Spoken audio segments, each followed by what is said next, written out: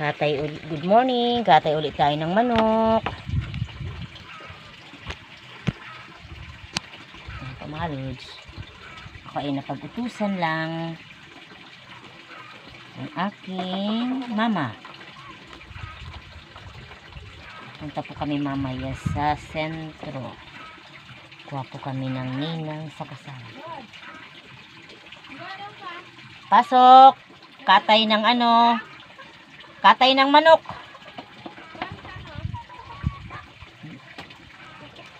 May dumating. Pasok ka. Ako. Katay. Pasok na.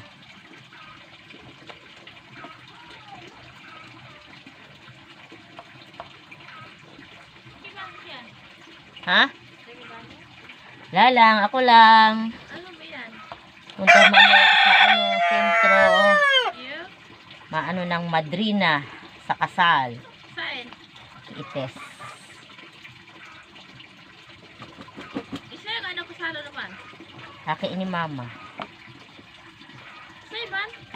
Si Daraga. Si Tess? Thank you for watching.